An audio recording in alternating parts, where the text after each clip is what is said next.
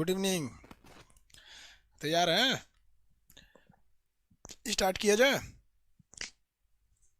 फिर हो जा तैयार। बहुते लंबा दंगल चलेगा रे मेरा तेरा।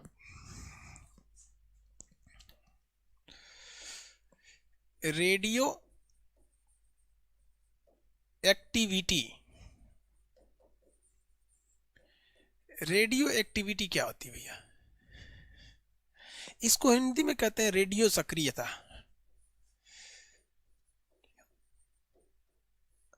सक्रियता। देखिए, बेसिकली रेडियो एक्टिविटी से ना लड़कों के दिमाग में एक रेडियो की फिगर आती है, जो टीवी वाला, जो रेडियो जो सुनते हैं ट्रांजिस्टर, वो वाला। आवाज जा रही है कि नहीं जा रही है?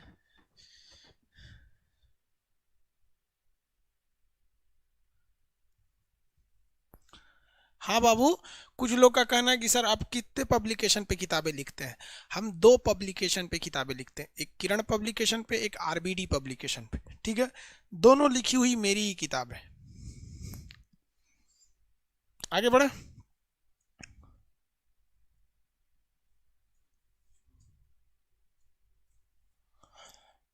चलो ध्यान से देखो, आगे चलिए बाबू। यहाँ ध्यान दीजिए आप लोग, यूट्यूब पर ज्यादा ध्यान नहीं दिया कीजिए। एक आदमी कह रहा है कि सर यूट्यूब पर आपके बहुत वीडियो बने। अरे यार, आप नहीं समझते, बेरोजगार लोग का क्या काम है? उनके पास तो इतना कुछ है नहीं कि वो आके पढ़ा सके या आपको कुछ डिलीवर कर सके। तो मोदी जी की एक बात याद रखना।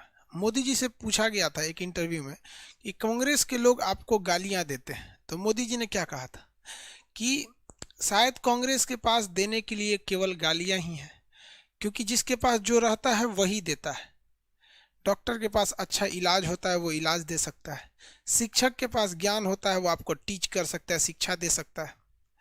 ऋषि मुनि के पास जाएंगे तो अध्यात्म का नॉलेज दे सकते हैं, और बिगड़े हुए लोगों के पास जाएंगे तो आपको गालियां ही देंगे।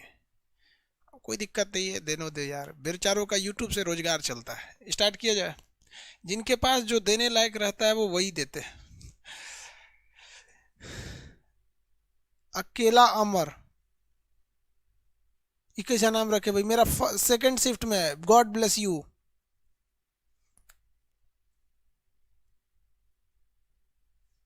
चलिए आगे आते हैं। देखिए, रेडियो सक्रियता का मतलब क्या होता है? आपको फिजिक्स में पढ़ाए हैं कि रेडियो जो है ना एक वेव है। रेडियो क्या, एक वेव है, एक तरह का। ये क्या है? तरंग है। क्या है? तरंग है। तरंग, वेव है एक तो। अब आपको वेव ये दिखाई नहीं देती है। कैसे नहीं दिखाई देती है? जैसे आप कल्पना कीजिए, ये देखिए मेरी आवाज इस माइक्रोफोन में जा रही है, और इस माइक के अलावे इस तार का कनेक्शन कहीं नहीं है। देखिए, आप अगर ध्यान से देखिएगा तो इसमें इसमें आपको कहीं कनेक्शन नहीं दिख रहा है, फिर भी आप तक आवाज पहुंच जा रही है। कैसे ये आवाज पहुंच रही है? तो एक वेब के थ्रू पहुंच रही है। किसके थ्रू पहुंच रही है? एक वेब के थ्रू। ये वेब कौन छोड़ रहा है? देखिए, ये एंटीना है, ये एंटीना, ये वेब छोड़ रहा है। ये क्या कर रहा है? वेब छोड़ रहा है। लेकिन ये वेब हमको नुकसान नहीं कर सकती, क्योंकि ये हमें रेडियो वेव छोड़ रहा है, माइक्रोवेव छोड़ रहा है। यहां तक में रेडियो या माइक्रोवेव छोड़ता है। लेकिन ससुरा कुछ ऐसी चीजें होती हैं जो खतरनाक होती है। जैसे अगर कोई पदार्थ है जिसको अगर आप रख देते हैं, मान के चलिए एक पदार्थ है, और ये खतरनाक चीजों को छोड़ने लगे। क्या चलने लगे? खतरनाक चीजों को, अल्फा, बीटा, गामा। तो ऐसे ऐसे खतरनाक को छोड़ने लगे तो दिक्कत हो जाएगा। क्योंकि हम आपको फिजिक्स में पढ़ाए हैं कि भैया सबसे खतरनाक ये गामा होता है। सबसे खतरनाक क्या होता है? गामा होता है। खैर अल्फा से तो कोई दिक्कत नहीं होता है, बीटा से भी कुछ खास दिक्कत नहीं होता है, लेकिन गामा से तो बहुत दिक्कत होने लगता है। तो एक ऐसा सोर्स, एक ऐसा मटेरियल जो नॉर्मल रेडियो तरंगे ना छोड़ के बल्कि ससुरा अल्फा, बीटा, गामा छोड़ने लगता है, ऐसे पदार्थ को ऐसे पदार्थ को हम क्या कहते हैं? रेडियो एक्टिव पदार्थ कहते हैं। क्या कहते हैं? रेडियो एक्टिव पदार्थ। ये दिखाई नहीं देता है आपको। क्या इससे निकलने वाले वेव दिखाई दे रहे हैं? नहीं दिखाई दे सकते।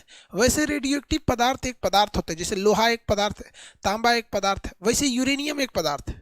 उसमें से ससुरा अल्फा, बीटा, गामा निकलता है, आपको दिखेगा ही नहीं। तो लेकिन अगर आप उसके नजर में आ जाए ना, तो आपको भी ऐसा जगह पहुंचा जाएगा कि आप भी नहीं दिखेंगे। आप भी क्या हो जाएंगे? मर जाएंगे। किसी को दिक्कत?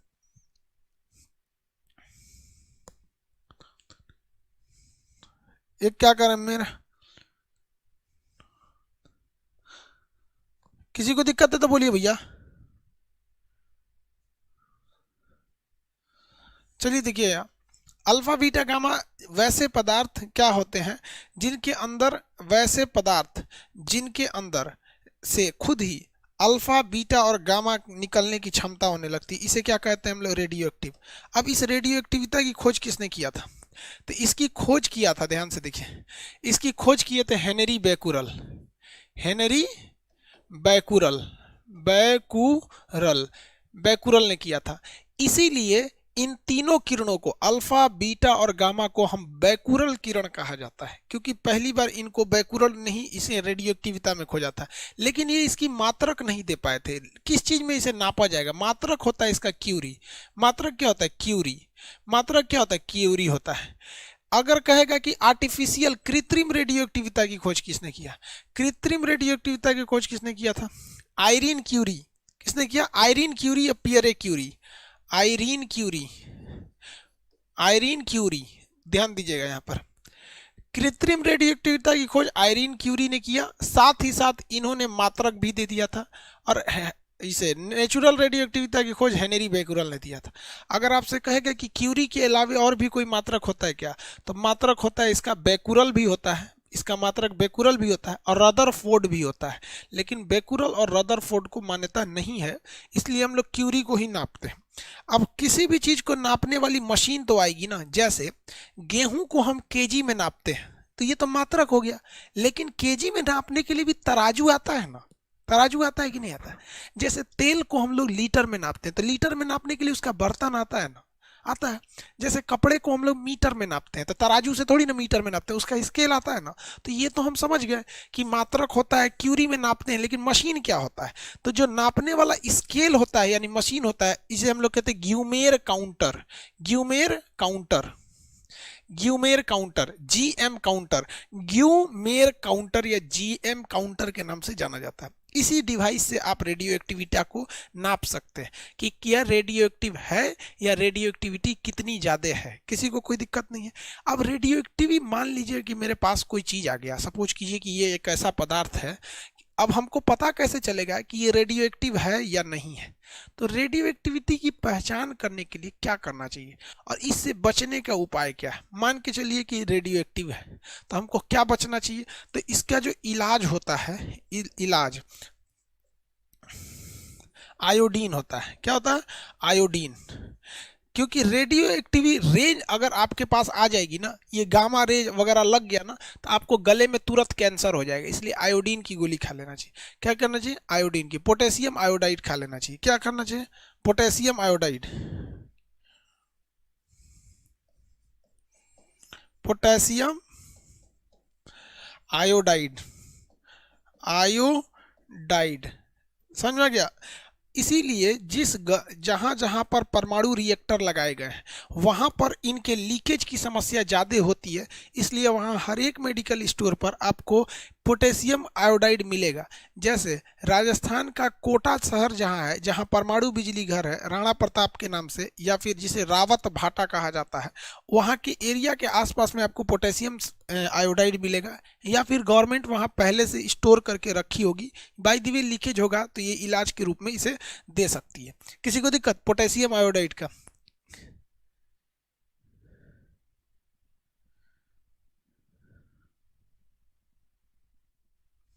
चलिए यहाँ देखिए, अभी हम कर रहे हैं उसका स्टैटिक का, आपको लिंक दे देंगे अभी, मतलब अभी क्या देंगे हम, कल सैटरडे को देंगे लिंक उसका। अब यहाँ देखिए मेरी ओर ध्यान से, तो ये हो गया भैया, आप उसको स्केल जो होता है नापने का, जियोमेर काउंटर वगैरह वगैरह चीजें हो गई, इसको नापने वाले चीजें। अब हम समझते हैं कि इसका कारण क्या है, रेडियो, क्यों कोई चीज रेडियो एक्टिव हो जाता है। क्या लोहा रेडियो एक्टिव है, नहीं, लेकिन यूरेनियम ससुरा रेडियो एक्टिव हो जाता है। तो रेडियो एक्टिव को, रेडियो एक्टिव का कारण, रेडियो एक्टिव का कारण क्या होता है, रेडियो एक्टिविटी का कारण क्या होता है। अब देखो भैया ध्यान से, कारण में इनमें क्या होता है, सबसे पहला कारण क्या होता है भैया, आपकी कारण होते हैं भारी नाभिक। अगर आपके नाभिक का भार ज्यादा हो जाएगा, भारी नाभिक, भारी नाभिक जो होते हैं वो अस्थाई होते हैं। क्या होते हैं? अस्थाई। अस्थाई हो जाते हैं, अस्थाई नाभिक हो जाते हैं। जब भी आपका नाभिक यानी न्यूक्लियस भारी होगा ना तो वो क्या हो जाता है? अस्थाई। अब आप बताइए बाबू कि नाभिक के अंदर क्या क्या होते हैं? प्रोटॉन और न्यूट्रॉन, इन्हीं से मिलकर बनता है नाभिक होता है। अब आप बताइए, नाभिक भारी दो वजहों से हो सकता है। अगर उसमें प्रोटॉन बढ़ गया तो भी भारी होगा और न्यूट्रॉन बढ़ गया तो भी भारी होगा। लेकिन बात यहाँ करते हैं कि किसके वजह से ज्यादा भारी होगा? न्यूट्रॉन ज्यादा भारी होता है या प्रोटॉन ज्यादा भारी होता है? ये बताइए। न्यूट्रॉन ज्यादा भारी होता है या प्रोटॉन ज्यादा भारी होता है? आप बताइए।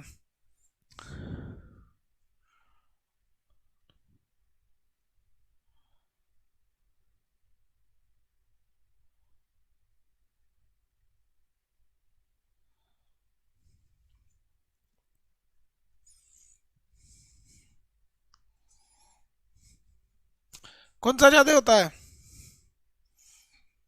ना, न्यूट्रॉन ज्यादा होता है।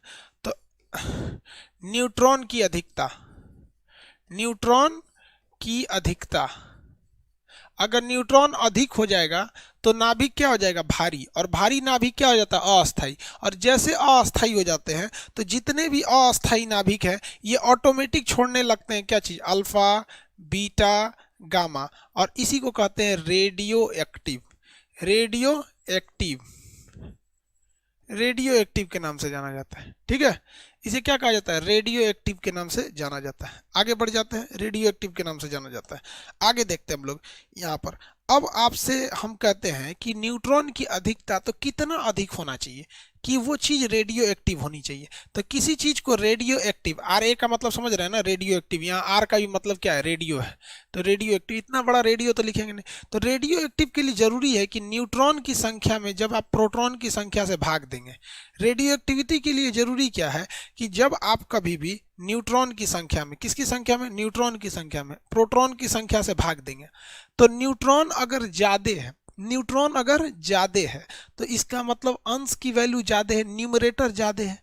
और प्रोटॉन कम है तो डिनोमिनेटर कम है, तो वैल्यू हमेशा एक से ज्यादा आएगी। तो अगर ये वैल्यू 1.5 से ज्यादा हो गई, एक्चुअली 1.5 से क्या हो जाएगी? ज्यादा हो जाती है, तो आप समझ जाइए कि ये चीज कंफर्म है कि वो रेडियो एक्टिव हो जाएगा। अगर किसी चीज में न्यूट्रॉन की संख्या निकाल लीजिए और प्रोटॉन की संख्या से भाग दे दीजिए तो आपको क्या निकल जाएगा? रेडियो एक्टिविटी निकल जाएगी। चलिए हम चेक कर लेते हैं। हम लोग क्या करते हैं? चेक करते हैं, निकाल के हम लोग चेक करते हैं। निकाला जाए हाइड्रोजन को, किसको निकाला जाए? हाइड्रोजन को। हाइड्रोजन का जो परमाणु क्रमांक होता है 1H1 होता है। तो देखिए भैया, न्यूट्रॉन बटा प्रोटॉन करके देखते हैं। न्यूट्रॉन इसमें है ही नहीं है, 0 हो गया, बटा प्रोटॉन 1, भैया ये तो 0 हो गया, ये तो रेडियो एक्टिव होगा ही नहीं। हाइड्रोजन रेडियो एक्टिव होगा ही नहीं। चलिए दूसरा देखते हैं। हाइड्रोजन का ही एक समस्थानिक होता है जिसका नाम है ट्राइटेरियम। क्या नाम है? ट्राइटेरियम। क्या नाम है भैया? ट्राइटेरियम नाम है। क्या है? ट्राइटेरियम। चलिए देखते हैं इसको। ट्राइटेरियम का परमाणु क्रमांक होता है 1H3। क्या है? 1H3। अब आप इसका पता कीजिए। कैसे पता कीजिएगा? यहाँ पर न्यूट्रॉन निकालिए, न्यूट्रॉन बटा प्रोटॉन चेक करना है। न्यूट्रॉन इसमें कितना है? 3 में से 1 घटाएंगे तो 2। प्रोटॉनों की संख्या नीचे वाली संख्या होती है तो 1। कितना हो गया? 1। तो आप कह सकते हैं कि हाइड्रोजन जो पानी पीते हैं वो ठीक है, इसका जो बिचला भाई है, तीसरका भाई, बड़का भाई, वो ससुरा रेडियो एक्टिव है। क्या है? Radio active. तो पीरियोडिक टेबल की शुरुआत होती है हाइड्रोजन से और यहीं पे मिल जाता है रेडियो एक्टिव। दुनिया का यह सबसे हल्का रेडियो एक्टिव होता है ट्राइटेरियम। दुनिया का यह सबसे हल्का रेडियो एक्टिव होता है ट्राइटेरियम।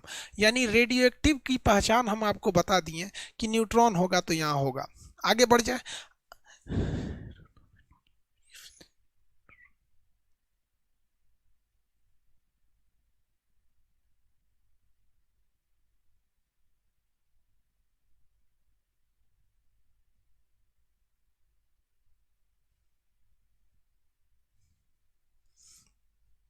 चलिए ध्यान दीजिए इधर, यहाँ देखिए ध्यान से, आगे मेरी ओर देखिए। हम आपसे कहते हैं यूरेनियम 92-235, क्या ये रेडियो एक्टिव होगा? क्या ये रेडियो एक्टिव होगा या नहीं होगा?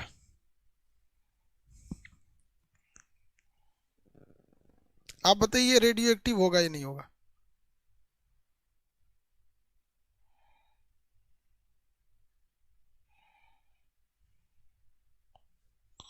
अरे यार एन बाई पी निकालिए ना, यस कहता है तो सबको पता होगा। एन बाई पी की वैल्यू बताइए ना।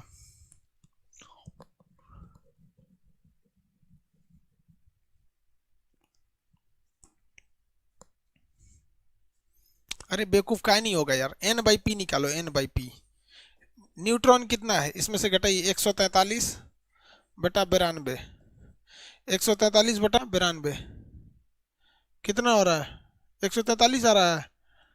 अंश काट के निकालिए तो कितना आ रहा है?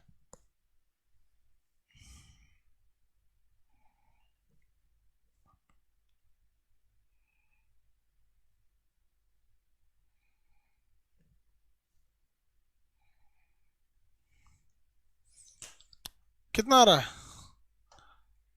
1.55, 1.55, यानी ये 50 है। अरे 5 मतलब 5, 5 है। हो गया, रेडियो एक्टिव है। क्या चीज़ है भैया? रेडियो एक्टिव है। क्या है? रेडियो एक्टिव है। रेडियो एक्टिव है। चलिए एक दूसरा समझा देते हैं आपको, एक तरीका ही समझा देते हैं।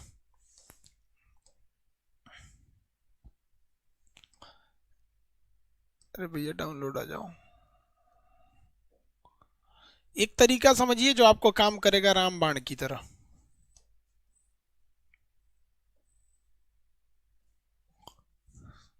आपको एक तरीका समझा देते हैं, आप रामबाण की तरह याद रखिएगा। देखिए, ये जितना नीचे वाले ससुरे हैं सब ना, ये रेडियो एक्टिव है सब। ये निचवा वाला जो देख रहे हैं ना, ये सब रेडियो एक्टिव है सब। इसमें से एक तत्व होता है जिसका नाम होता है पीबी।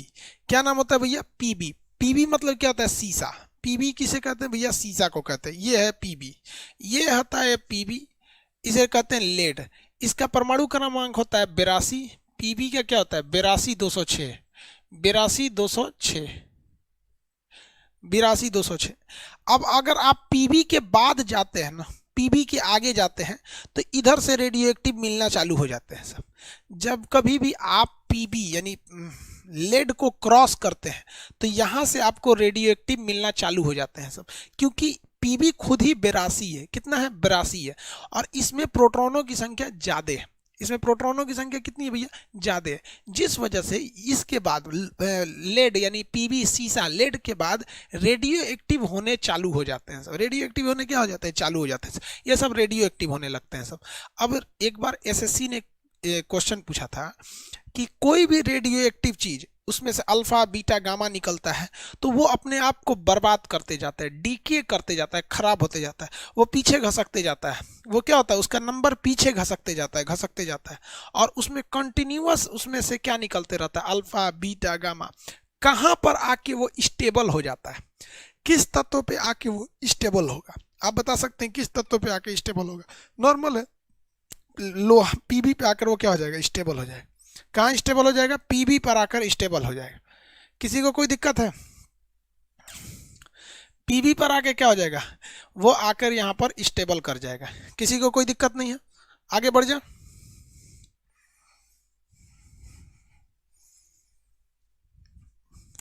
पीबी पर आकर स्टेबल हो जाएगा।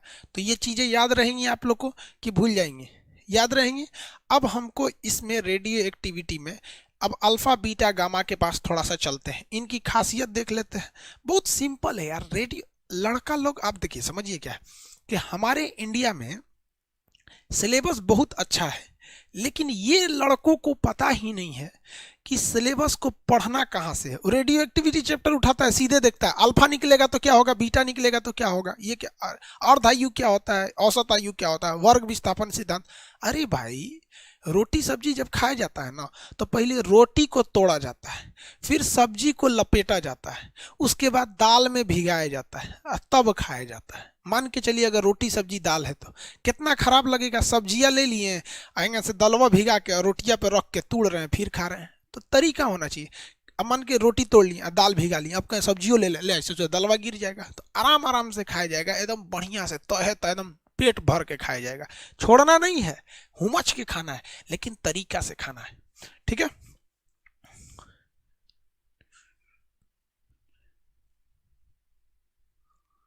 हाँ हाँ भाई, रेडियो एक्टिव आप इसको पीछे करते करते लेके आ जाएंगे, हम आपको बना देंगे। देखिए अभी अभी बीटा बना सकते हैं हम लोग, यहाँ तक लेके आ जाएंगे। अभी आप थोड़ा सा धैर्य रखिए। देखिए अब अल्फा बीटा और गामा की कुछ विशेषता समझते हैं, क्वालिटी के हिसाब से समझते हैं अल्फा बीटा और गामा की। देखिए एक और हम कॉलम बना देते हैं अल्फा, ये अल्फा का हो जाएगा, ये बीटा का हो जाएगा और ये गामा का हो जाएगा। अल्फा जो किरण होता है अल्फा, इसका सिंबल ये हो गया। बीटा इसका सिंबल हो गया। गामा ये इसका सिंबल हो गया। चलो देखो ध्यान से, अल्फा बीटा और गामा हो गया। सबसे पहला ध्यान से देखते हैं कि इनके ऊपर चार्ज क्या होता है। चार्ज कैसा होता है? इस पर पॉजिटिव चार्ज होता है, इस पर निगेटिव चार्ज होता है, इस पर कोई भी चार्ज नहीं होता, नो चार्ज। नो चार्ज, किसी भी तरह का चार्ज ही नहीं होता है। अगर इसी वजह से अगर आप इसे विद्युत क्षेत्र में डालेंगे, विद्युत क्षेत्र इलेक्ट्रिक फील्ड में जाएंगे, तो ये क्या होगा?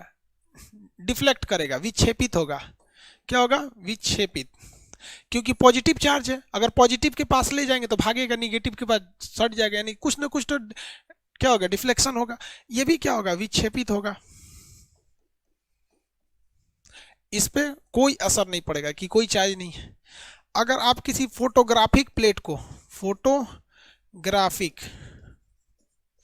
फोटोग्राफिक प्लेट पर पहले के ज़माना में जब फोटो खींचा जाता था ना, तो एक प्लेट आती थी फोटोग्राफिक प्लेट, उसको ना बड़ा सावधानी से रखना पड़ता था, वरना फोटो खराब हो जाया करते थे। बहुत मुश्किल से पहले के ज़माने में फोटो खींचा जाता था, वो रील वाले कैमरा हुआ करते थे सब। तो फोटोग्राफिक प्लेट को ये क्या कर देती हैं? प्रभावित कर देती हैं। ये उसको क्या कर देती हैं? धुंधला कर देंगी सर। और फोटोग्राफिक प्लेट पहले ज़माने में आते थे। अभी को बहुत कम जगह है जहाँ पे लात मार के भगा दो अल्फा को। अरे यार, अल्फा को ना आदमी है जो मार के भगा दोगे अब उसको। देखो, छोड़ो यार उसको। ये उसे प्रभावित कर देती हैं। ये क्या करती हैं? ये भी प्रभावित करती हैं, लेकिन ये उस पर किसी भी तरह का इफेक्ट नहीं डालती है। ये इस पर किसी भी तरह का इफेक्ट नहीं डालती है सर, किसी को कोई दिक्कत नहीं है यहाँ तक में। अब हम बात करते हैं स्पीड और भेदन क्षमता। भेदन क्षमता, भैया जिसकी स्पीड ज़्यादा होगी वही भेद के निकल जाएगा। जिसकी स्पीड क्या होगी? ज़्यादा होगी, भेद के निकल जाएगा। पेनिट्रेशन पावर, पेनिट्रेट मतलब क्या होता है? छेद देना। पेनिट्रेशन पावर एंड स्पीड, इसकी चर्चा करते हैं। तो इसका क्या होता है? बहुत ही कम होता है। क्या होता है? बहुत ही कम होता है। और ये क्या होता है? मीडियम होता है, औसत होता है, औसत होता है।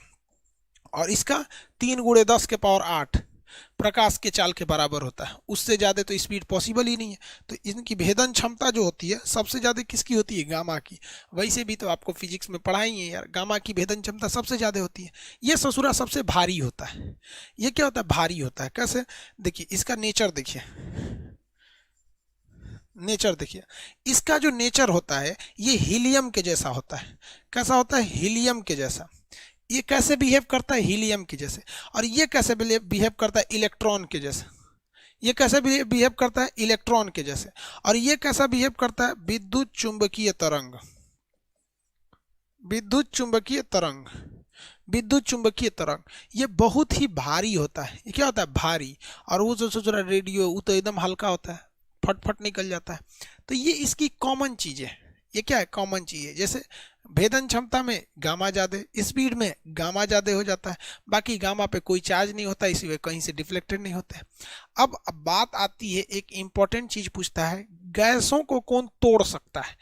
गैस की बूंदों को तोड़ने की क्षमता को हम कहते हैं आयनन क्षमता। क्या कहते हैं? आयनन क्षमता, आयनाइजेशन। कहेगा कि सबसे ज़्यादा आयनन किस में होता है? तो सबसे ज़्यादा आयनन होता है किसमें? हाई, इसमें होता है अल्फा। अल्फा किसी गैस से जाती है ना तो उसको तोड़ देती है। इसमें क्या होता है? आयनन क्षमता मीडियम होता है, मीडियम। और इसके पास आयनन क्षमता लो होती है, इसके पास आयनन क्षमता लो होती है। अब आपको याद रखना नहीं है, बीच वाला नहीं याद रखना है, बीच वाले को नहीं याद रखना है। ये याद रखना है कि अल्फा किसके जैसा दिखता है? तो हीलियम के जैसा। अल्फा किसके जैसा बिहेव करेगा? तो हीलियम के जैसे अल्फा बिहेव करता है। अल्फा कैसा बिहेव करता है, हीलियम के जैसे बिहेव करता है, और बीटा किसके जैसे, इलेक्ट्रॉन के जैसे बिहेव करता है। और अगर इसकी बात करेंगे गामा की, तो गामा विद्युत चुंबकीय तरंगों की तरह बिहेव करता है, विद्युत चुंबकीय तरंगों की तरह बिहेव करेगा। चलिए दूसरा देखते हैं लो। इस पर कैसा चार्ज होता है भैया, पॉजिटिव चार्ज होता है। बीटा पर निगेटिव चार्ज होता है। गामा पर नो चार्ज, कोई भी चार्ज नहीं होता है गामा पर। विद्युत चुंबकीय क्षेत्र में ये विक्षेपित होते हैं, वो भी होते हैं, वो नहीं होते हैं। फोटोग्राफिक प्लेट को ये सबसे ज्यादा इफेक्ट करता है, वो कोई इफेक्ट नहीं करता है। स्पीड और भेदन क्षमता कम, उसकी एकदम ज्यादा। नेचर में ये हीलियम, वो ये इलेक्ट्रॉन, वो विद्युत चुंबकीय तरंग। ये याद रखिएगा, आयनन पूछता है। आयनन, फोटोग्राफिक प्लेट, स्पीड और क्षमता, ये तीन चीजों को याद रखे। तो सब याद न रख लीजिएगा, कई गो ये 1 2 3 4 5 6, 6 को में से 3 को याद रखेंगे, 3 को नहीं याद रखेंगे, ये थोड़ी होता है। विद्युत चुंबकीय तरंगों में आप लोगों को अंतर समझ में आ जाएगा।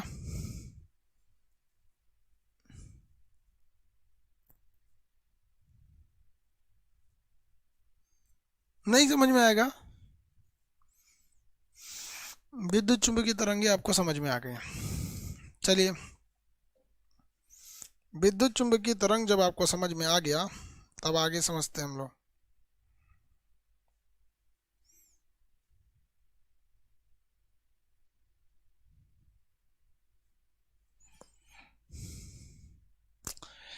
वर्ग विस्थापन का सिद्धांत, ग्रुप डिस्प्लेसमेंट थ्योरी,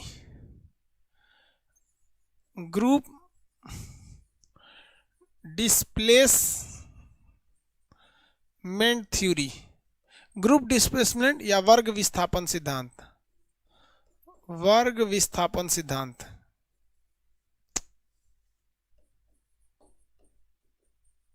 वर्ग विस्थापन सिद्धांत,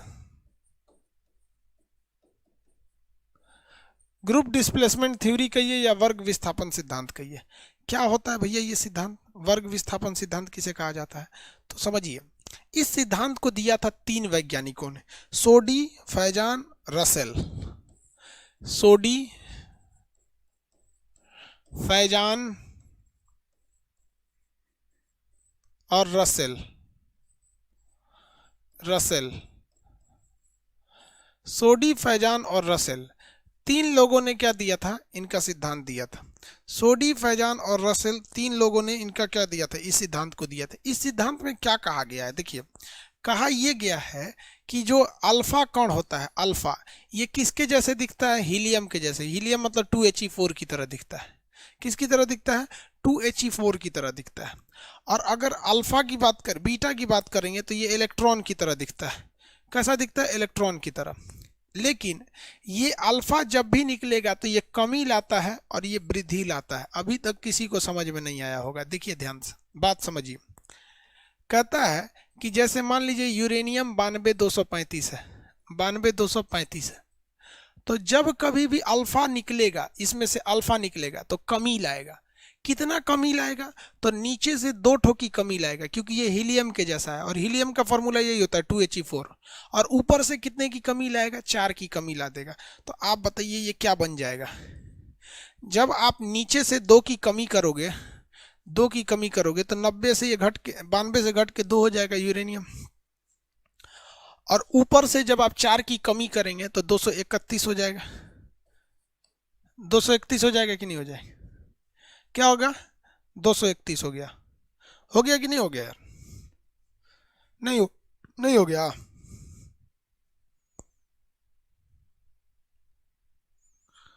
डर क्यों लग रहा है जी तुमको, एक कर सर हमको डर लग रहा है।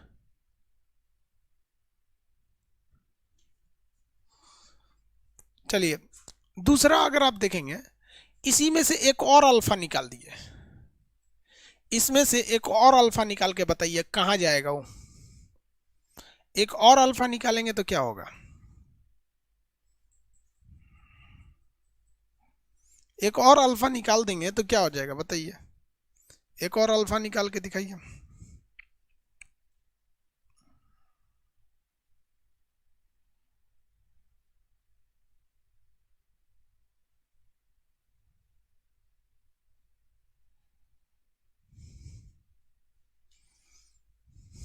चलिए नीचे से फिर से 2 ठो अब यहाँ से कमी कीजिएगा तो 88 हो जाएगा यूरेनियम, और ऊपर से 4 की कमी करिएगा तो 231 में से अब 4 कम होगा तो 227 हो जाएगा, 227 हो जाएगा। लेकिन बात यहाँ ये आती है कि सोचो नियमों का नाम वर्ग विस्थापन क्यों रख दिया गया, ग्रुप डिस्प्लेसमेंट नाम क्यों रखा गया वर्ग विस्थापन। तो देखिए जो यूरेनियम पहले पीरियोडिक टेबल में 92 नंबर पे बैठता था, एक बार अल्फा निकला तो उसका सीट घसक के 90 चला गया, एक बार और निकला तो उसका सीट घसक के कितना चला गया, 88 चला गया। कितना चला गया, 88 चला गया। चलिए एक बार और निकालिए तो अल्फा, उसमें से एक बार और निकालिए अल्फा, एक और अल्फा निकालिए। तो अगर इसका एक और अल्फा निकालेंगे तो ये कितना हो जाएगा, 86 हो जाएगा। कितना हो जाएगा, 86, और ऊपर से 2 ठो कम करिए, 4 ठो कम करिएगा तो ऊपर से 4 से कम करेंगे तो कितना हो जाएगा, 27 में से 4 गए 23, 86 हो गया। एक काम कीजिए, एक अल्फा और कम कर दीजिए।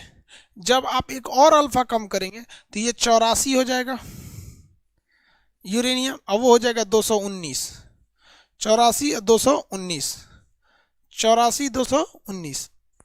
और अगर आप इसमें से एक और अल्फा और कम करेंगे तो कितना हो जाएगा, 82 215, 82 215, 82 215। अब मेरी ओर देखिए ध्यान से, 82 215। अब बस बस बस बस बस यहाँ देखिए, इसका नाम वर्ग विस्थापन क्यों पड़ा, इसका नाम वर्ग विस्थापन इसलिए पड़ा कि जैसे जैसे अल्फा निकल रहा है इसका इस जगह घसकते जा रहा है, इसका जगह घसकते जा रहा है। जैसे हर एक अल्फा निकलने पे कितना अंक वो पीछे जा रहा है, जरा देखिए तो, हर एक अल्फा के निकलने पर, हर एक अल्फा के निकलने पर ये 2-2 अंक पीछे जा रहा है, 92 से 90, 88, 86, 84, 82। तो हर एक अल्फा के निकलने से ये 2-2 रैंकिंग पीछे जा रही है। अब आप देखिए ये यूरेनियम 92 क्या है, यूरेनियम 92 कितना है, 92, ये 92 है। 2 अंक और पीछे करेंगे तो ये क्या हो जाएगा, 90 हो जाएगा। देखिए ये दूसरा ग्रुप होता है लेंथेनाइड, यहाँ से आया है, पीरियोडिक टेबल में बताएंगे। ये ऊपर वाला ग्रुप यहाँ का नहीं है, यहाँ से आया है, लेंथेनाइड एक्टिनाइड आगे पढ़े। ये कितना हो गया, 92 हो गया। इसके बाद अगर आप करिएगा तो ये कहाँ चला जाएगा, 88 पे चला जाता है। कहाँ चला जाएगा, 88 पर। इसके बाद जैसे हटाएंगे तो किधर चला जाता है, कहाँ है भैया, 92 के बाद 90 हो गया। अब उसके बाद चलेंगे 88, फिर कहाँ आ जाएगा 86, 86 के बाद कहाँ आएगा 84, 84 के बाद कहाँ आएगा 82। और आप बताइए क्या 82 के भी इधर जाएगा, 82 के इधर वो नहीं जाएगा। 82 के उधर क्यों नहीं जाएगा, आप बताइए 82 के उधर क्यों नहीं जाएगा।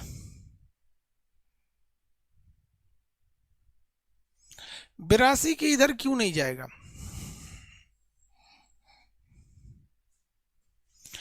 82 के इधर नहीं जाएगा, वो क्यों नहीं जाएगा।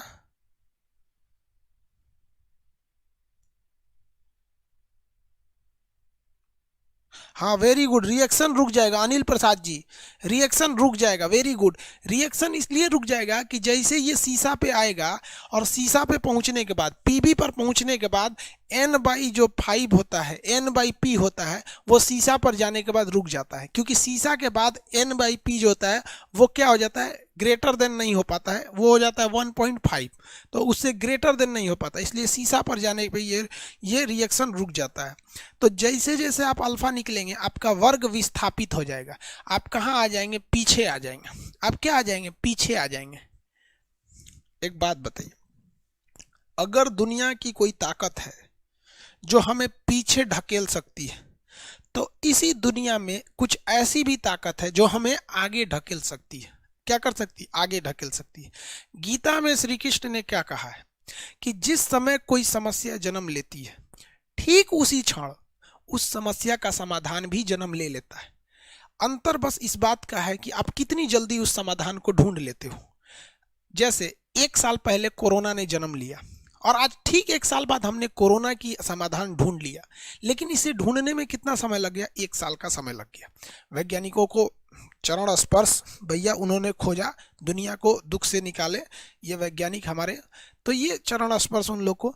तो ये चीज है कि अगर कोई चीज पीरियोडिक टेबल में उसको बर्बाद कर करके उसको पीछे ढकेल ढकेल के ला रही है, तो कोई ना कोई चीज होगी जो उसे आगे ढकेल के लाएगी। क्या करेगी? आगे ढकेल के लाएगी। तो देखिए ध्यान से, आगे ढकेलने का काम करता है बीटा। आगे ढकेलने का काम कौन कर देता है? बीटा करता है।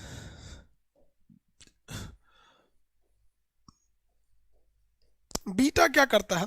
ये आगे ढकेल देता है। जैसे ये ऊपर, ये किसकी तरह? बीटा किसकी तरह होता है? इलेक्ट्रॉन की तरह। जब कभी भी बीटा निकलेगा, जैसे 92 235, यूरेनियम 92 235 है ना, इससे हमको क्या निकालना है? एक ठो बीटा निकालना है।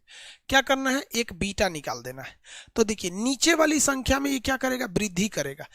हमेशा बीटा वृद्धि करता है। याद कैसे रखेंगे? ब से बीटा, ब से वृद्धि, ब से बीटा, ब से वृद्धि। अल्फा को छोड़ दे, अल्फा कमी करता है। अब ये क्या करेगा? एक की कमी करेगा, नीचे एक जोड़ देगा, तो नीचे हो जाएगा 93 235, 93 235। ऊपर में ये कोई चेंजिंग नहीं करता है, ये ऊपर में चेंजिंग नहीं करता है, ऊपर में ये चेंजिंग नहीं करता है। तो ये 93 235, अगर आप गहराई से देखिएगा तो इसे सूरा फिर वर्ग विस्थापित कर दिया। अब की बार इसने यूरेनियम का वर्ग विस्थापित जो किया है वो आगे की ओर कर दिया है। मतलब हमारे यूरेनियम भाई साहब 92 में थे, अल्फा ससुरा इनको इधर ले जा रहा था, बीटा इनको इधर ढकेल रहा है, अल्फा इधर ढकेल रहा है। लेकिन अंतर क्या? अल्फवा ससुरा एक के बार 2 घर पीछे भेज दे रहा है, अब बीटवा 1 घर भेज रहा है। अब 2 घर खींच रहा है, 1 घर खींच रहा है, 2 घर खींच रहा है, 1 घर खींच रहा है। अंतर समझ में आ रहा है? क्या है अंतर? समझ में आ रहा है? चलो भैया हम आपसे सवाल पूछते हैं। इस यूरेनियम में ऐसे कौन कौन से कण, कितना अल्फा और कितना बीटा निकाले कि ये घसकने के बावजूद अपने जगह पे आ जाए?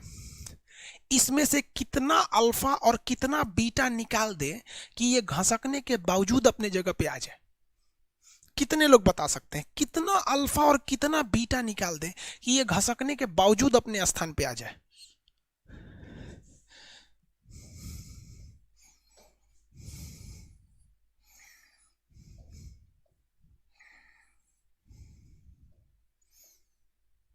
आंसर का वेट कर रहे हैं। बकलोल भाई को कर 5 गो अल्फा 10 गो बीटा। अरे बोका कहीं का। 1 अल्फा और 2 बीटा, 1 अल्फा और 2 बीटा। कितने? 1 अल्फा और 2 बीटा। देखिए ध्यान से, इधर देखो सब लोग, इधर ध्यान दे। जब भी हम इसमें से 1 अल्फा निकालेंगे, क्या निकालेंगे? 1 अल्फा, तो ये 2 अंक पीछे ढकेलेगा, 2 अंक पीछे ढकेलेगा। तो ये पहला अंक, ये दूसरा अंक, कितना अंक पीछे ढकेलेगा? 2 अंक पीछे ढकेलेगा। कहां से ढकेलेगा बाबूआ 2 अंक पीछे? तो यहां से। ये जो है यूरेनियम, ये क्या है? यूरेनियम। अगर यहां से हम 1 अल्फा निकाले तो 2 अंक पीछे, 1 2 अंक पीछे ले गया। लेकिन अगर यहां से भी हम सुधार कर ले, इसमें से 1 बीटा निकालेंगे तो ये 1 अंक आगे ले गया, फिर 1 बीटा निकालेंगे तो ये 1 अंक आगे लेके चला जाएगा। यानी 1 अल्फा निकाले, 2 बीटा निकाले, तो वो उसी स्थान पर लौट जाएगा, वो उसी स्थान पर लौट जाएगा। और जब कभी स्थान समान हो जाए तो उसे कहते हैं समस्थानिक। उसे क्या कहते हैं? समस्थानिक। क्या कहेंगे? समस्थानिक। लेकिन आपने एक चीज गौर नहीं किया, एक चीज गौर कीजिए। क्या गौर कीजिए? मैं एक शायर कहता हूं, जरा गौर से सुनिए, इसके आगे मुझे याद नहीं, किसी और से सुनिए। 92 235 है, ये क्या है? 92 235 है। आप तो बड़ी चतुराई से इसमें से निकाल दिए हैं 1 अल्फा। आप क्या निकाले? 1 अल्फा। और सोचे हैं 1 अल्फा जैसे निकालेंगे तो ये हो जाएगा 90। क्या हो जाएगा? 90। और ऊपरा हो जाएगा 231, 231, 231। और इसके बाद फिर हम क्या करते हैं? 2 बीटा निकाल देते हैं। 2 बीटा निकालेंगे तो अगवाला 2 बढ़ जाएगा, तो अगवाला 2 बढ़ेगा तो 90 से हो जाएगा 92, 90 से हो जाएगा 92। लेकिन ऊपरा वाला तो चेंज नहीं होता है रे बबुआ, ऊपरा वाला तो 31 रह गया, ऊपरा वाला तो 31 रह गया। हई निचवा वाला तो 92 हो गया, हई निचवा वाला तो 92 हो गया। हाई ऊपरा वाला 92 थोड़े हुआ, ऊपरा वाला 92 नहीं हुआ। तो हाई एगो दूसर वेराइटी का यूरेनियम और हाई एगो दूसर वेराइटी का यूरेनियम। तो ये दूसरे वेराइटी का यूरेनियम और ये दूसरे वेराइटी का यूरेनियम, लेकिन ये यूरेनियम हुआ बैठेगा सब एक एक कुर्सिया पर, 92 नंबर कुर्सी पे। कितना नंबर कुर्सी पर? 92 नंबर कुर्सी पर। कितना नंबर पे? 92 नंबर कुर्सी पर। तो ये क्वेश्चन पूछले है रे बबुआ कि समस्थानिक बनाने के लिए कै गो अल्फा और कै गो बीटा निकालना पड़ेगा।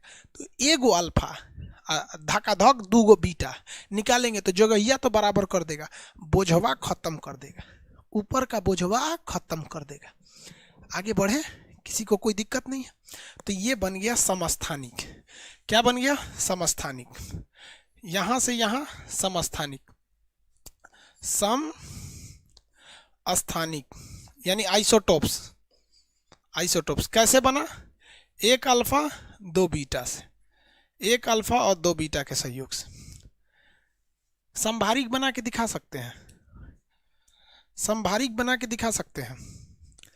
कितना अल्फा और कितना बीटा निकाल दे कि संभारिक हो जाए, कितना अल्फा और कितना बीटा निकाल दे कि संभारिक हो जाए।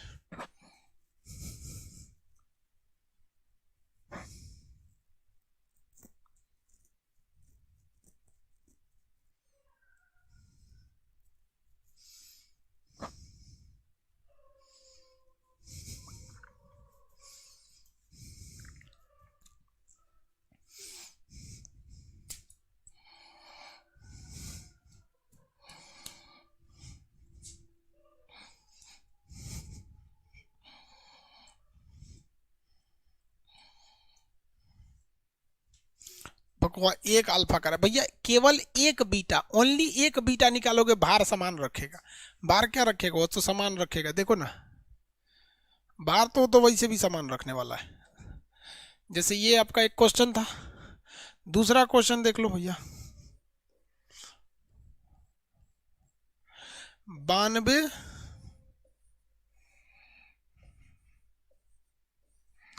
दो सोचा 335 लिख दिए थे जी, 235 होता है। और 255, अरे कहाँ से कौन सी लिख देते हैं, सोच रहे हमको समझे में नहीं आता है। कोनो सुनेगा तो कहेगा मास्टर साहब पगला गए हैं, कहाँ पढ़ाते होंगे लड़कों को, 355 लिख के 235 बोल रहे हैं। लेकिन वो ससुरा का समझेगा, हमारा लड़कवा सब समझता है, सब लड़कवा हमारा बहुत होशियार है, सब जानता है सब कि मास्टर साहब का ई वाला मैटर तो नहीं, दिक्कत हो जाता है। अब अगर हम यहाँ से निकालेंगे एगो बीटा, एगो बीटा, तो उसको कर देगा 93 और ये हो गया 235। 235 क्या बन गया? संभारिक। इन दोनों का भार समान है तो हो गया संभारिक। आइसोबार, संभारिक यानी आइसोबार, संभारिक यानी आइसोबार। किसी को दिक्कत? किसी को कोई दिक्कत नहीं। लेकिन दिक्कत कब शुरू होता है? आप निकाल लेंगे तो कोई दिक्कत नहीं, उस ससुरा खुद ही निकाल के कहता है बताइए कै गो अल्फा कै गो बीटा, कै गो अल्फा कै गो बीटा, उस ससुरा खुद ही निकाल देता है। इसलिए दिक्कत होता है, इसलिए क्या होता है? दिक्कत होता है।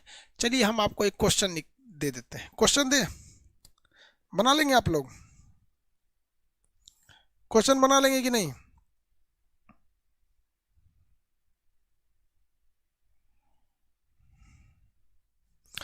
देखिए क्वेश्चन देते हैं,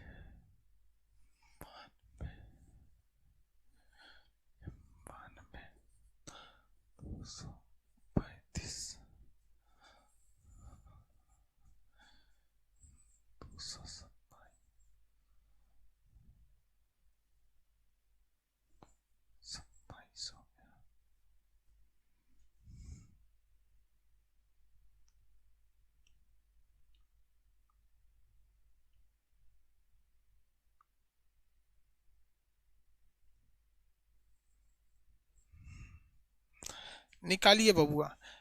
कै गो इसमें से अल्फा निकला है ये बता दीजिए, और कै गो इसमें से बीटा निकला है ये बता दीजिए। कै गो अल्फा निकला है ये बता दीजिए, और कै गो बीटा निकला है ये बता दीजिए।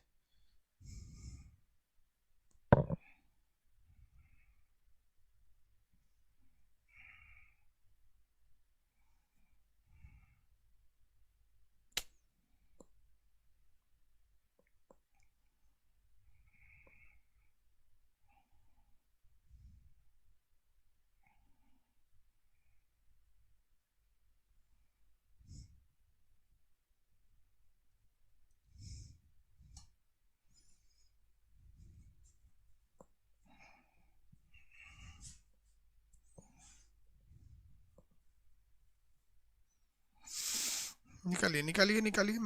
अब इसके बाद बस इसमें बच जाएगा अर्ध आयु और औसत आयु। अर्ध आयु इतना है, औसत आयु इतना है। अर्ध आयु में 3 साल 3 टाइप का क्वेश्चन पूछता है, औसत आयु में केवल 1 साल का क्वेश्चन पूछता है। अर्ध औसत आयु टी ए बराबर 1.44 टी हाफ।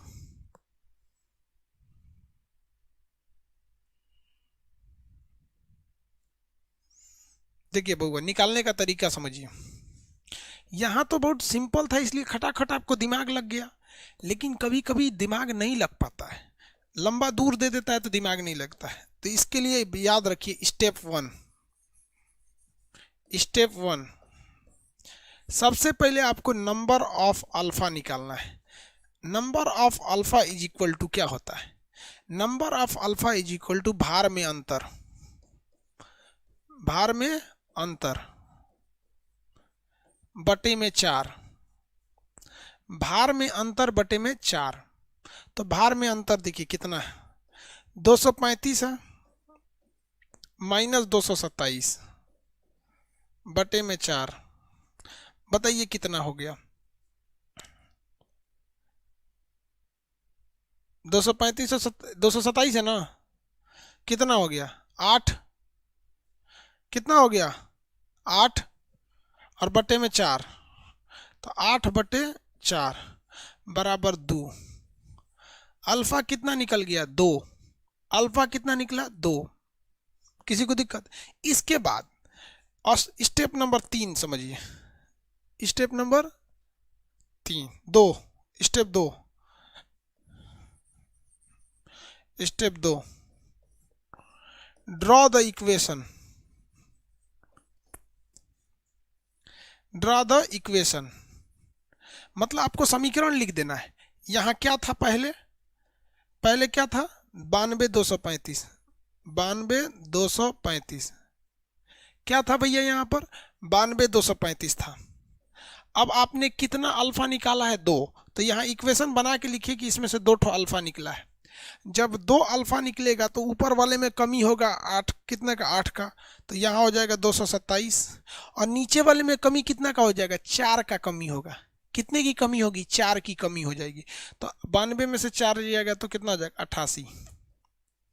क्या आ जाएगा? 88। स्टेप नंबर 2 में 88। लेकिन यहां देखिएगा, यहां कितना दिया है? 91 दिया है। जबकि क्वेश्चन में कितना दे रखा है? इसके एक स्टेप आगे का क्वेश्चन क्या देखा है? 91 227। आपको पता है कि बीटा निकलने से ऊपर में कोई फर्क नहीं पड़ता है। इसका मतलब यहां भी 27, यहां भी 27, यानी यहां और यहां में केवल बीटा निकला है। तो बीटा कैसे पता चलेगा? 88 में कई गो जोड़ ले होगा तो 91 होगा। तो 88 में 3 गो जोड़ ले होगा तो 91 होगा। तो 3 गो बीटा 2 गो अल्फा, 3 गो बीटा 2 गो अल्फा, 4 गो अल्फा 3 गो बीटा कैसे निकाल दिया? हाँ भैया मेरा ही है। अनुपम कुमार क्वेश्चन कर रहा है सर, एक आपका किरण पब्लिकेशन का बुक आप ही का है। हाँ बाबू आप ही का।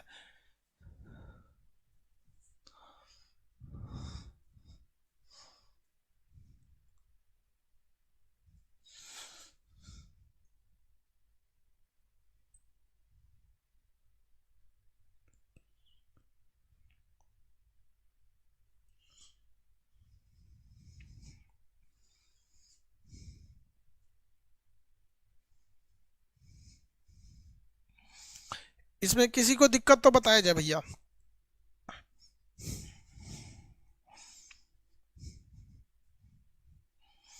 इसमें किसी को दिक्कत तो बताया जाए।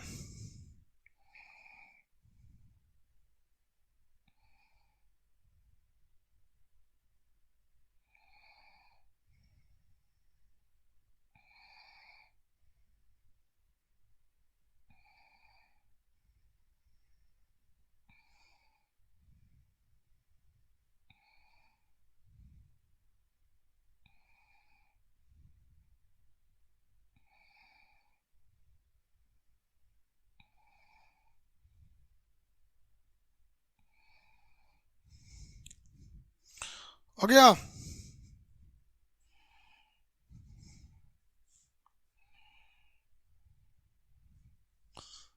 निकाल सकते हैं कि नहीं निकाल सकते हैं? निकाल सकते हो यार, अब तो कोई दिक्कत नहीं है। वर्ग विस्थापन का नियम सोडी, फैजान एवं रसेल ने लिया। वर्ग विस्थापन का सिद्धांत किसने लिया था? सोडी, फैजान एवं रसेल ने। वर्ग विस्थापन का सिद्धांत किसने दिया था? सोडी, फैजान एवं रसेल। सोडी, फैजान एवं रसेल ने किसका सिद्धांत दिया था? वर्ग विस्थापन का सिद्धांत दिया। इस सिद्धांत के तहत उन्होंने क्या कहा था कि जब कभी भी एक अल्फा निकलेगा तो 2 अंक पीछे जाएगा, एक बीटा निकलेगा तो 1 अंक आगे जाएगा, इससे वर्ग विस्थापित हो जाता है, इसलिए इसे वर्ग विस्थापन, ग्रुप डिस्प्लेसमेंट थ्योरी के नाम से जानते हैं। लेकिन इसमें कहा गया था कि यह विस्थापन अधिकतम हो सकता है तो सीसा तक, सीसा के बाद जाके वो अस्थायी यानी स्टेबल हो जाता है, ये खत्म हो गया। अगर आपको संभारिक बनाना है, भार समान करना है, तो कितना भी अल्फा निकाल दीजिए, कितना भी बीटा निकालिए, एगो मन है तो एगो निकालिए, 2 गो निकालिए, 3 गो निकालिए, क्योंकि बीटा देखिए 1 निकले या 3 निकले कभी भी भार नहीं चेंज होता है। बीटा अगर 1 निकले या 3 निकले भार चेंज नहीं होता है। और अगर आपको संभारिक बनाना है तो 1 अल्फा निकाल के 2 बीटा निकाल दीजिए, क्या बन जाएगा? संभारिक बन जाएगा। किसी को कोई दिक्कत नहीं है? आगे बढ़ जाते हैं, आगे बढ़ जाए। अब हम लोग देखते हैं अर्धायु, हाफ लाइफ।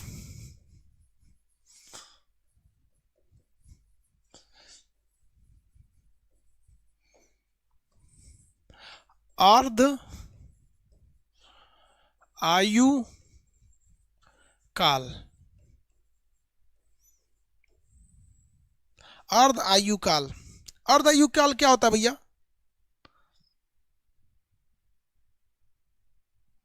अर्ध आयु काल क्या होता है?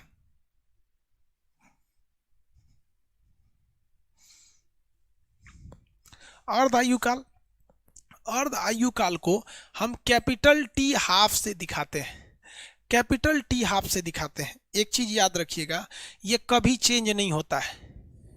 पहला, नेवर चेंज, नेवर चेंज, ये कभी चेंज नहीं होता है। ये क्या कहलाता है? ये किस चीज को दर्शाता है? घटकर आधे होने की क्षमता को दर्शाता है।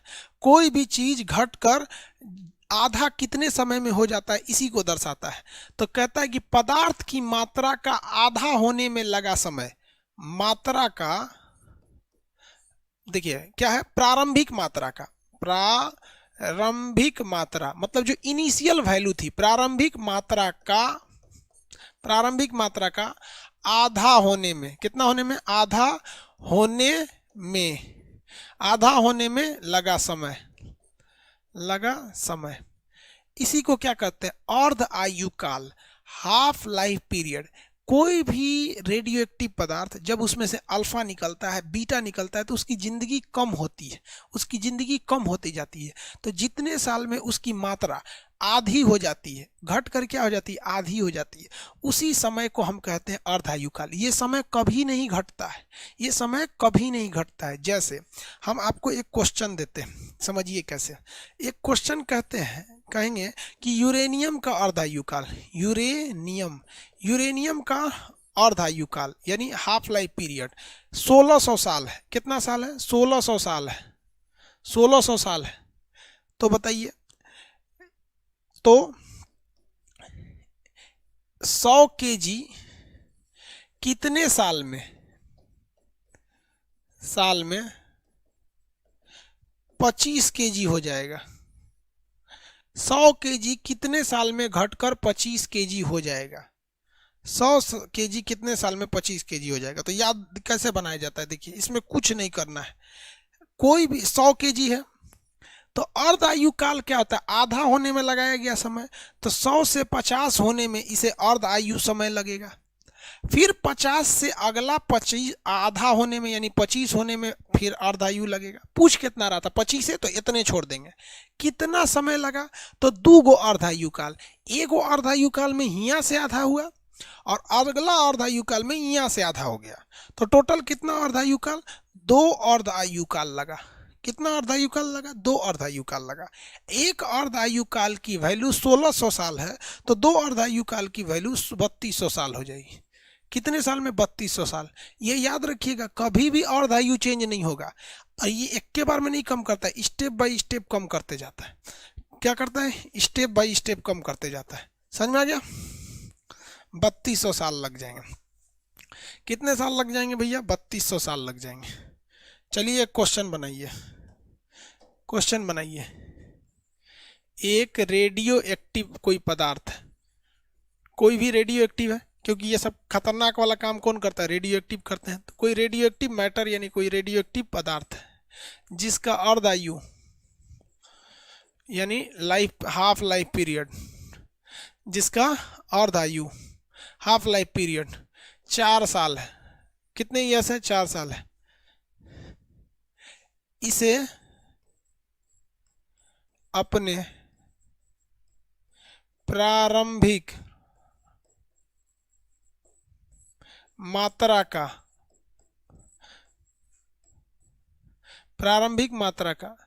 1/4 होने में, 25% होने में, मान के चलिए 25% होने में कितना समय लगेगा?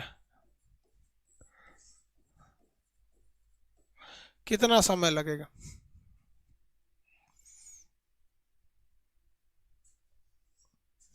आधा होने में कितना समय लगेगा? कितना समय लगेगा भैया?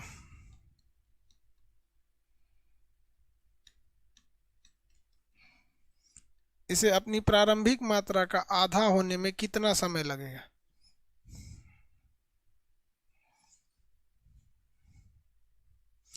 25% होने में थोड़ा सोचा कितना साल लग रहा है?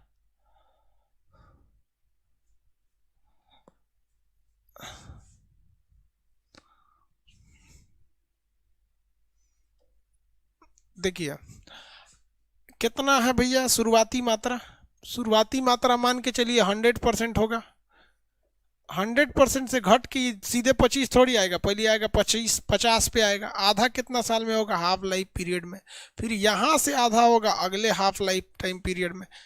कितना में यहाँ पे? तो यानी आधा ये यहाँ पे टोटल टाइमिंग कितना लगेगा? 2 हाफ लाइफ पीरियड, यानी 2 गुणे कितना? 4, यानी 8 साल लगेगा। वेरी गुड, 8 साल लगेगा। चलिए एक क्वेश्चन बता दीजिए आप। यहाँ से थोड़ा सा चेंज कर देते हैं। यहाँ पे एक पदार्थ जिसका अर्ध आयु काल 12 साल है, 12 साल है, कितने समय पश्चात यह अपनी प्रारंभिक मात्रा का 1/16 रह जाएगा? कितने समय बाद ये अपनी प्रारंभिक मात्रा का 1/16 रह जाएगा? जिस तरह से प्रतिशत घटते जाता है 25-25, इसमें 2 का गुणा होते जाता है बटा में। कितने समय बाद ये अपनी प्रारंभिक मात्रा का 1/16 रह जाएगा?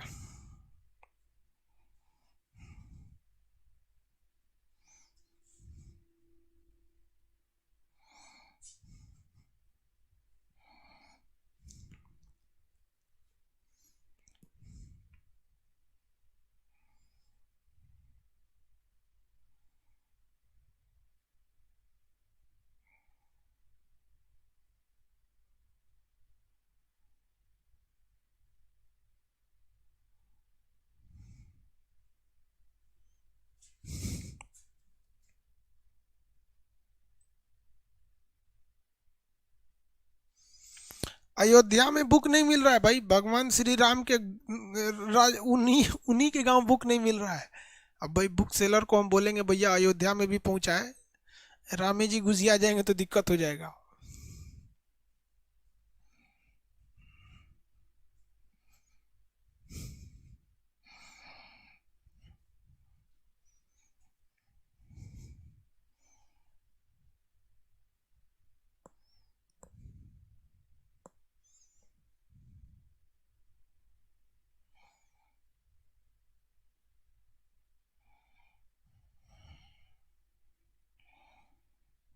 देखिए पहले तो सबसे पहले इसकी मात्रा, जब देखिए ध्यान से, जब कभी भी टोटल नंबर की बात करता है, टोटल वैल्यू कितनी? Total value. तो टोटल वैल्यू 2 तरह से होती है। एक होती है प्रतिशत में। कितना में? प्रतिशत में। तो जब भी प्रतिशत में टोटल वैल्यू की बात करते हैं तो होता है 100%। लेकिन जब कभी भी बटा वाला संख्या होता है, बटा को क्या कहते हैं? बटा, बट्टा या इसी को कहते हैं भाग, या इसी को कहते हैं भिन्न। इसको क्या कहते हैं? भिन्न। जब कभी भी भिन्न की बात करें तो भिन्न में टोटल वैल्यू 1 होती है। भिन्न में टोटल वैल्यू 1 होती है, समझ में गया ना? भिन्न में टोटल वैल्यू 1 होती है, लेकिन प्रतिशत में टोटल वैल्यू कितनी होती है? 100। तो यहाँ टोटल वैल्यू कितनी होगी? 1। ये आपको कक्षा 6 में पढ़ाया गया होगा, 6 में। तो यहाँ भिन्न दिया गया है, यानी भाग में दिया गया है, डिवाइडेशन में, तो इसके टोटल वैल्यू 1 होगी। ये अगले एक अर्धायु काल जब पूरा हो जाएगा तो ये 1 से बचकर आधा हो जाएगा। अगर ये एक अर्ध आयु काल और चला गया तो ये आधा का भी आधा हो जाएगा, 1/4 हो जाएगा। एक अर्ध आयु काल अगर ये और जी गया तो ये इसका भी आधा हो जाएगा, 1/8 हो जाएगा। एक अर्ध आयु काल अगर ये और जी गया तो ये 1/16 हो जाएगा। कैसा हो जाएगा? 1/16। और हमें लाना था 1/16 ही, तो यानी हम यहाँ आके स्टॉप हो जाएंगे। हम यहाँ आके स्टॉप हो गए। चलिए, यहाँ आकर ये हो गया स्टॉप। टोटल अर्धायु गिनिए, 1 2 3 4। टोटल कितने अर्धायु काल हो गए? 4। तो 4 हाफ लाइफ पीरियड आंसर। लेकिन भाई कभी कभी एग्जाम में ना ये हाफ लाइफ पीरियड नहीं देता है, लेकिन यहाँ तो दे रखा है भैया 12 साल। तो 12 चौको 48 साल। 48 साल इसका आंसर होगा। इसका आंसर कितना साल हो जाएगा? 48 साल। किसी को दिक्कत तो बोलिए।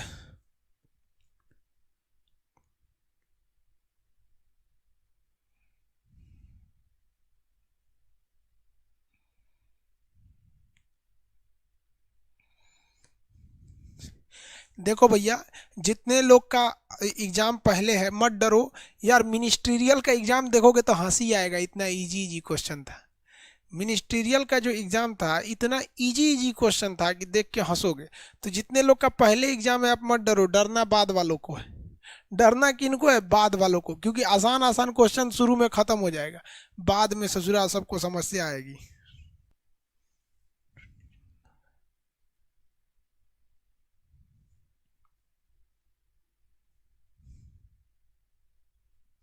देखो एगो कह रहा है कि सर 125% कैसे होगा? अरे भैया, कोई भी चीज की आयु घटती है कि बढ़ जाएगी? रेडियो एक्टिव विखंडन से उसकी आयु घटती है। सर कह रहा है कि अगर बोल देगा 125 तो ये कैसे होगा? घटती ना है भैया आयु। क्या हो जाती है? घट जाती है आयु। अर्ध आयु काल क्या हो जाती है? घट जाती है। तो आप अर्ध आयु काल निकाल सकते हैं कि नहीं निकाल सकते हैं? ये बताइए ईमानदारी से। क्या अर्ध आयु अभी जैसे हम कह देंगे, सुनिए ध्यान से। एक क्वेश्चन दे रहे हैं, 80 ग्राम, कितना ग्राम? 80 ग्राम यूरेनियम, 80 ग्राम यूरेनियम का अर्ध आयु, अर्ध आयु हाफ लाइफ पीरियड, अर्ध आयु यानी टी हाफ, अगर ये है आपका 1600 साल, 1600 साल है, तो अगर ये 1600 साल है तो 40 ग्राम यूरेनियम का अर्ध आयु काल क्या होगा?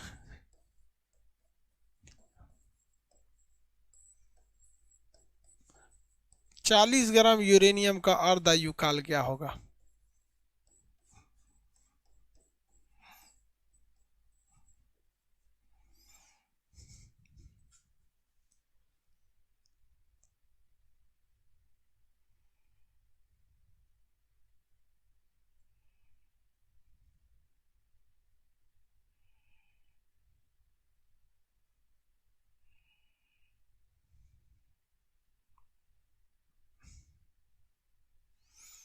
कितना होगा भैया?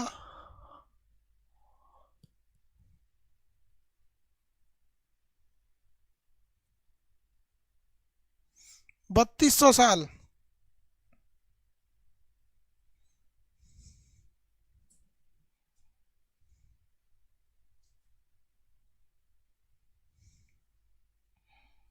बत्तीस सौ साल, चलो भैया 3200 साल मान के। अरे घोंचू, या हम क्या लिखे हैं? क्या लिखे हैं? हाफ लाइफ पीरियड यानी टी हाफ नेवर चेंज, वो कभी नहीं बदलता है। अरे गधा, अर्ध आयु काल कभी नहीं बदलता है।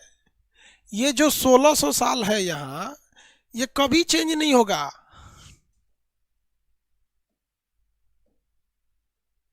ये कभी भी चेंज नहीं होगा। यहाँ भी क्या होगा, 1600 साल होगा। 3200 कैसे निकाला रे? दिमाग लगा रहा है सो। उन्ने से घटाए हैं तो इनिया से बढ़ा दिया, ऐसा सोचा ऐसा बैलेंस कर दे। दिमाग लगा रहा है। कौन सी पढ़ा रहे थे हम तुमको? बता तो रहे थे कि ये चेंज नहीं होता है, ये कभी भी चेंज नहीं होता है।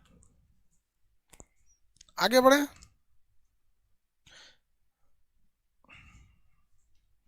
ये चेंज नहीं करते हैं सब। आप हाफ लाइफ पीरियड किसी भी चीज का निकाल सकते हैं ना। अब आपको एक अर्ध आयु काल दिएगा, कहेगा इतना से इतना होने में कितना टाइम लगेगा, इतना से इतना होने में कितना टाइम लगेगा। ये क्वेश्चन देते हैं, कितने लोग बना लेंगे, देखते हैं।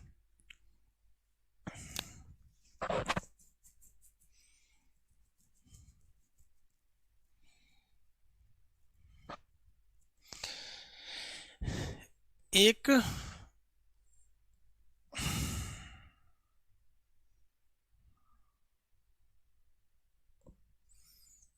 पदार्थ का हाफ लाइफ पीरियड 2 वर्ष है, 2 वर्ष है।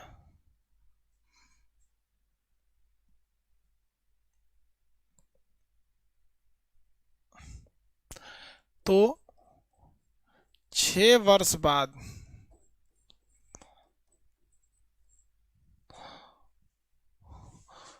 उसका कितना भाग भाग नष्ट हो चुका होगा।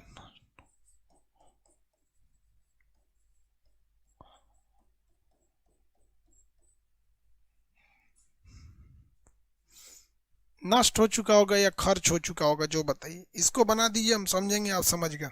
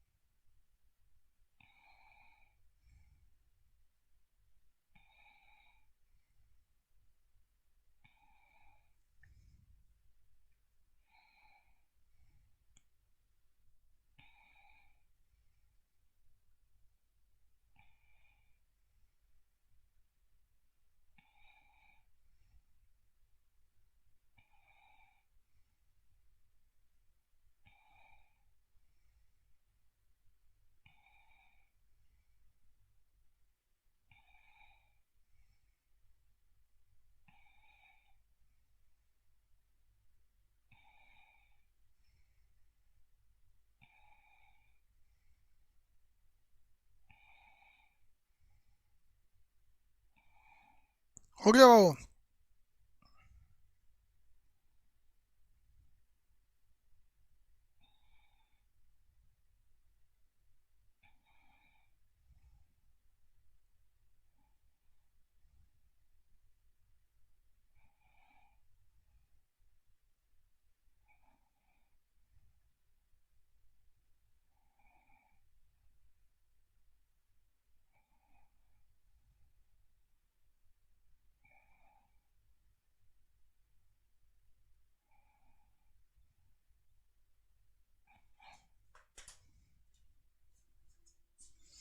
रहने दे, चलिए भैया रहने देते हैं, पहले इसको तो बना ले। देखिए अर्धायु की 6 साल के बाद कह रहा है कितनी मात्रा नष्ट हो चुकी होगी, तो मान के चलिए टोटल वैल्यू 1 थी, तो भैया अर्धायु काल कितना है, 2 साल है, तो इसको 6 साल होने में कितनी अर्धायु काल लगेगी, 2 बार। पहला 2 साल बाद ये आधा होगा, अगला 2 साल बाद ये 1/4 होगा, उसके अगला 2 साल बाद ये 1/6 होगा।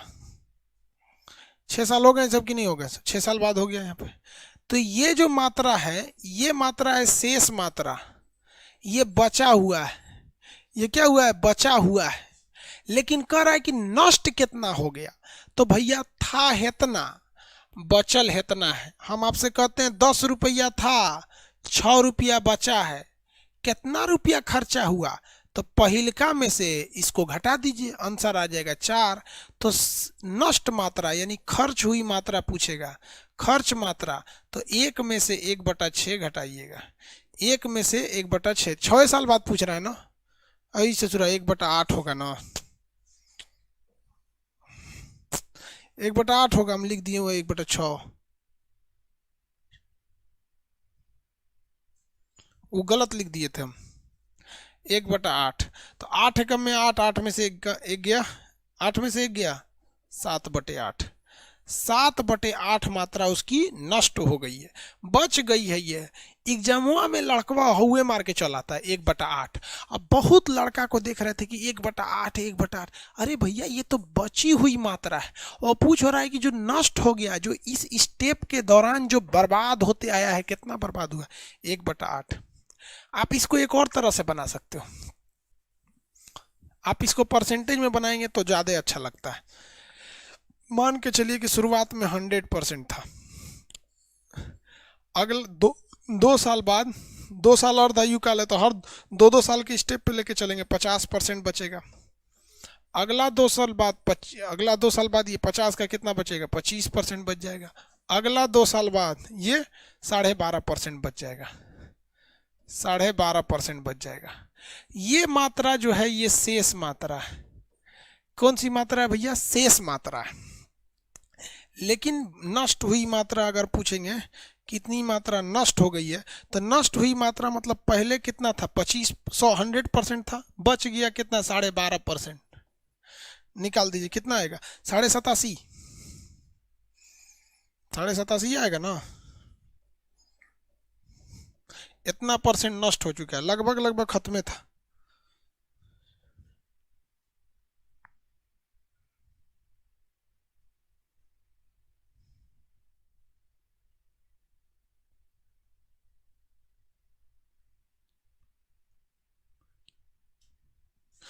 आगे बढ़े, चलिए आप इसको बना सकते हो ना। चलिए कह रहा है कि सर आज थक क्यों नहीं रहे कुछ कीजिए, थकिए जल्दी। अब देखिए एक लास्ट टॉपिक बता देते हैं, आप लोग को भी नींद आ रहा होगा, कितना टाइम हो गया, 12 बज गया कि नहीं भाई साहब, 12:30 हो गया। यही सोच रहा, ओटीपी कौन भेज दिया हमको।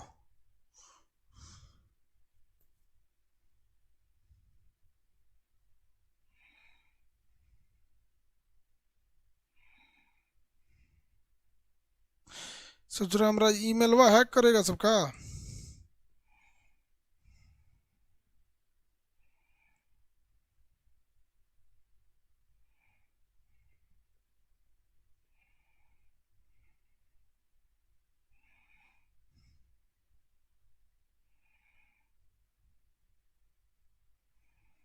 बारह बजे रतिया को कौन मांग रहे रे।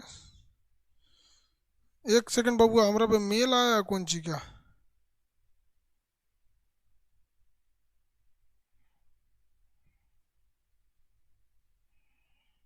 सोच रहा है को ना करेगा सब रे।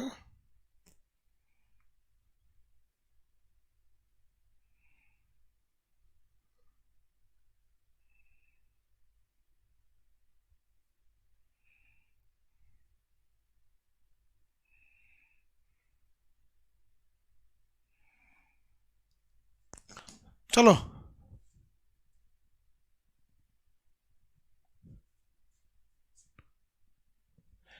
एक होता है आपका औसत आयु, औसत आयु, औसत आयु, इसको कहते हैं एवरेज लाइफ। औसत आयु को क्या कहते हैं? Average life.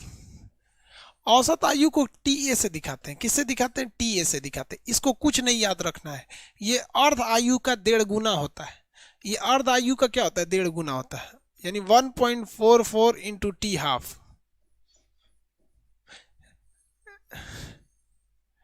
1.44 into T half, 1.44 into T half. कितने लोग बता सकते हैं कि 1.44 ज्योग्राफी में भी एक जगह आया था, वो क्या था? 1.44 एक बार ज्योग्राफी में भी आया था, वो क्या था? कुछ बता सकते हैं लोग?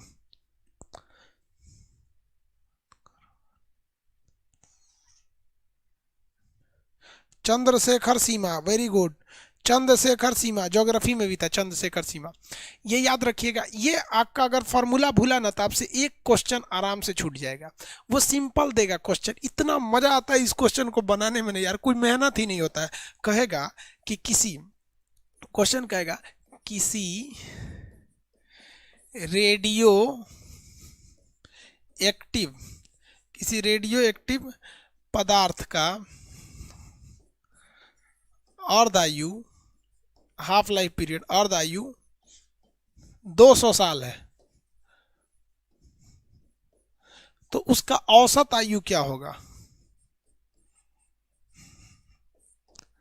औसत आयु क्या होगा? अब आप बताओ यार, ये हलवा वाला क्वेश्चन छोड़ के आएगा तो कितना अफसोस लगेगा। अगर हलवा वाला क्वेश्चन छोड़ के आ गया तो कितना अफसोस लगेगा। अगर आपने हलवा वाला क्वेश्चन छोड़ दिया तो कितना अफसोस लगेगा।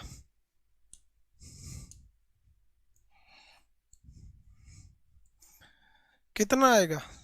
देखो भैया,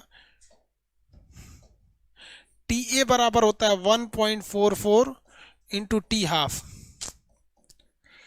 1.44 यहाँ हो गया, टी हाफ के लिए कितना है? 200 साल है। 200 साल, देखिए ये 2 जीरो ना, इसका पॉइंट हटा देगा, 288 हो जाएगा। 288 साल, कितना हो जाएगा? 288 साल। Radio activity complete.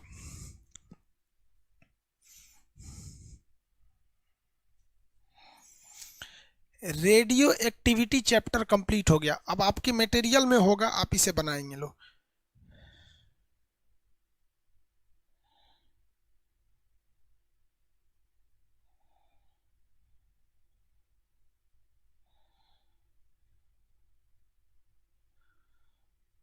अब न्यूक्लियर रिएक्टर वगैरह बताना बच गया। न्यूक्लियर रिएक्टर बच गया, परमाणु बम, हाइड्रोजन बम, न्यूक्लियर बम, ये सब बच गया। ठीक है,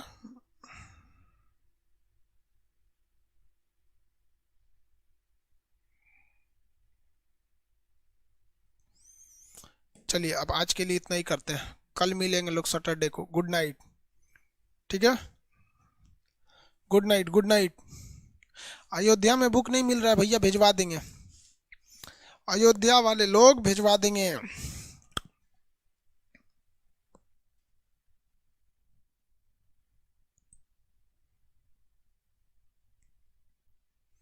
विश्वकर्मा जी, आप मेरे सपने में भी पढ़ाते हैं, बढ़िया है भाई।